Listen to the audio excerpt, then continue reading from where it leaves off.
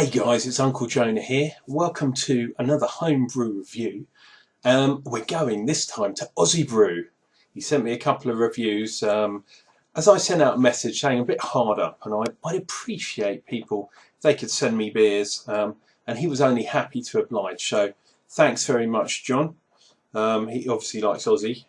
I believe maybe his dog's called Ozzy. I'm not sure, but look at that.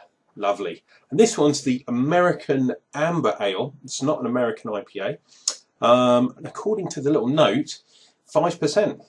Now I have degassed this previously because I've had problems in the past. It's kicked up a little bit of the yeast, so my apologies. Whoa! Smells very nice. Let's get it in a glass and then we'll get to appreciate it properly. Looking a tiny bit of a lack of head, so I'm going to go a bit more aggressive. The old porridge.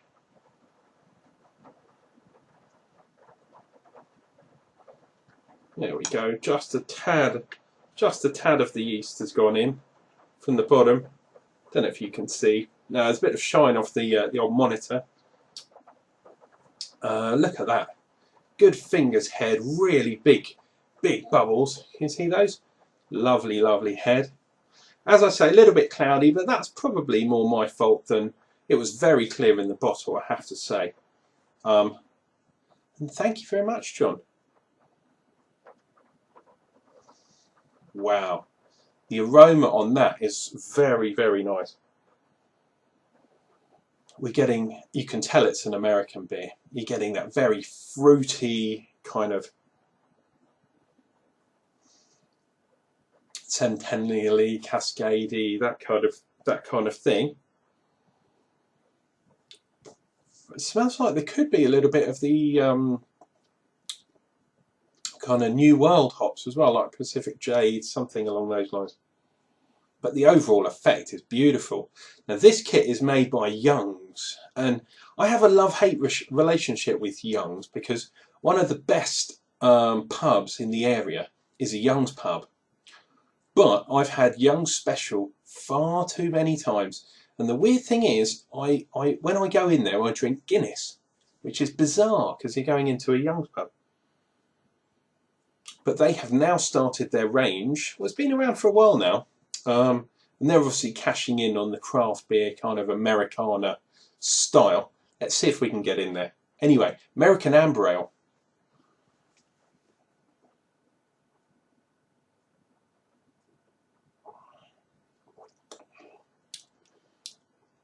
AAA American Amber Ale.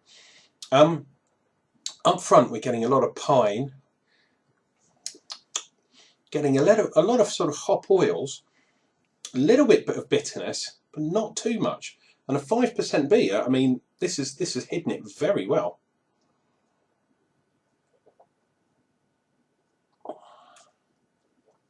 Quite good carbonation. Not mega carbonated, although I can see quite a few bubbles rising in that glass. Oh, got a bit of lacing. You guys love the lacing, I know.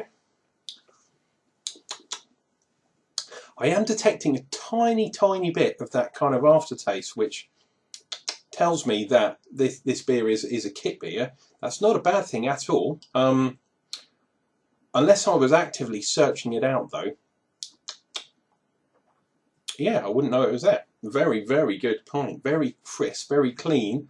I left this one out because obviously if you put something in the fridge, you don't get so much of those aromas. And I knew, oh man, I knew this was going to be a really good one. I quite like this style. I've had American Amber Ales before. And yeah, they're kind of, I would say, a mild IPA. Does that make sense? You haven't got so much bitterness, but you've got that incredible aroma. I mean, it's gorgeous.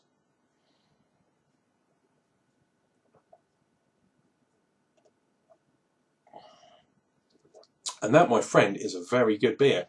I do like that quite a lot. I'd be interested to see what you put in it. I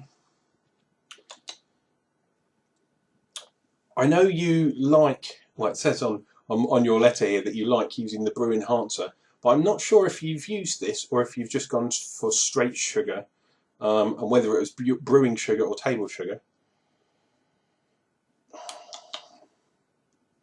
I have to say, there's no real off flavours at all. It's very crisp. You can just get that that tiny bit of a twang. Ooh, come on. Tiny bit of a twang in the aftertaste, and that's it. Otherwise, that sort of beer I could drink all day long, I'm telling you. And at 5%, you could get in trouble after you've had 3 or 4 of these. Anyway, Ozzy Brew, check his YouTube channel out. He sent me a couple of beers. Thank you very much, sir. If they're all like this, brother, you've got nothing to worry about. Cheers and beers, guys. We'll be back with more Homebrew Review real soon. Cheers and beers.